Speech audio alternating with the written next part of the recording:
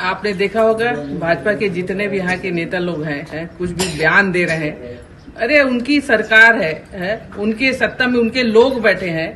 और यहाँ तक भी अभी सुनने में आया है कि अंतागढ़ में जो है उन्हीं के अपने आदमियों को उन लोग पकड़ नहीं पा रहे हैं, 3-3 गुट हो गया है अपने आदमियों को संभाल नहीं पा रहे हैं वो, उसके कारण जो है वहाँ का स्थगित हो गया है। तो ऐसे बीजेपी जो है अपने खुद अपने लोगों को संभाल नहीं पा रही है और हम पे जो है दोषारोपण कर रहे हैं, ये तो सरासर गलत है।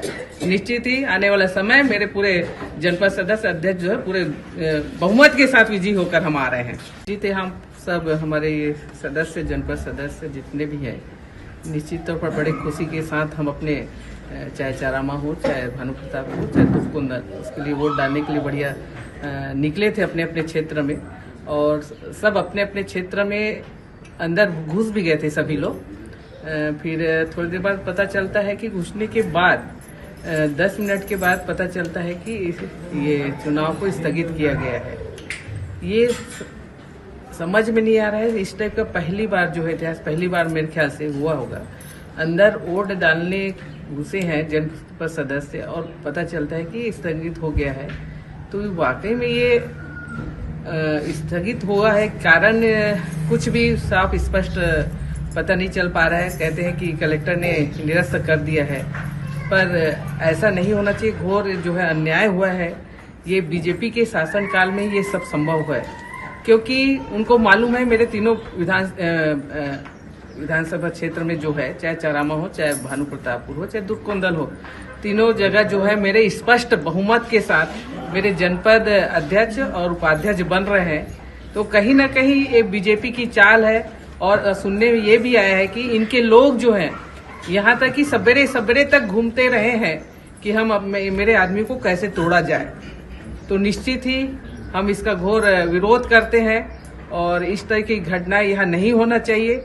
और जो ये चुनाव है और इतना लंबा समय चुनाव, चलो आज तो 4 तारीख है, 10 तारीख का समय दिया है, तो इनकी मंशा यही है कि ये मेरे लोगों को इस समय में जो समय मिला है इसमें तोड़ा जाए। पर मेरे लोग जो है यहाँ पर आप देख रहे हैं सब यहाँ पर जब सभी जनपद सदस्य बैठे हुए हैं, टूटने वाले नहीं है। जो उनकी मंशा है वो मंशा उनका बिल्कुल फ्लॉप होगा और हमारे आने वाला समय में भी बिल्कुल मेरे तीनों, चाहे चारामा हो, चाहे दुखकुंदल, चाहे भानु हो, तीनों से हमारे जनपद अध्यक्ष और उपाध्यक्ष हमारे जीत के आ रहे हैं।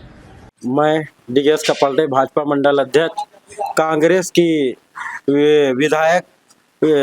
विधायक जो आरोप लगा रही उसे मैं झूठा मानता हूं कि यहाँ क्षेत्र में जितने भी जनपद सदस्य जीत कर आए वो किसी पार्टी के नहीं होते और उनके परिवार पर दबाव बनाकर हमारे 10 सदस्यों को अपने साथ उठाकर ले गया। जिनके छोटे छोटे बच्चे हैं, मैं सुना हूं कि छोटे छोटे उनके बच्चे भी हैं। और जितने भी हमारे जनपद सदस्य हैं वो जानते हैं कि केंद्र में भी सरकार हमारी है, राज्य में भी हमारी है और सभी सरकार के साथ जाना चाहते हैं, अपने क्षेत्र में विकास करना चाहते हैं। वर्तमान में भानु प्रतापपुर परिक्षेत्र में जो विधायक हैं वो कांग्रेस की हैं और उनके दबाव के कारण ये जो चुनाव होना था आज अध्यक्ष और उपाध्यक्ष का जनपद में, वो स्थगित हुआ। उन्हीं के दबाव के चलते सदस्यों को भी आज अपने घर परिवार से वंचित रहना पड़ रहा है।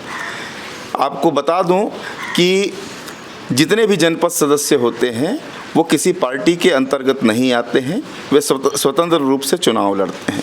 लेकिन आज विधायक मैडम की मनमानी चल रही है, जो वो 9-10 सदस्यों को अपने साथ बलपूर्वक दबाव डालकर अपने साथ घुमा रही हैं और हम पे आरोप लगाती है। वो भारतीय जनता पार्टी स्वच्छ राजनीति के लिए जाना जाता है और हम स्वच्छ राजनीति के ही हिस्सेदार हैं।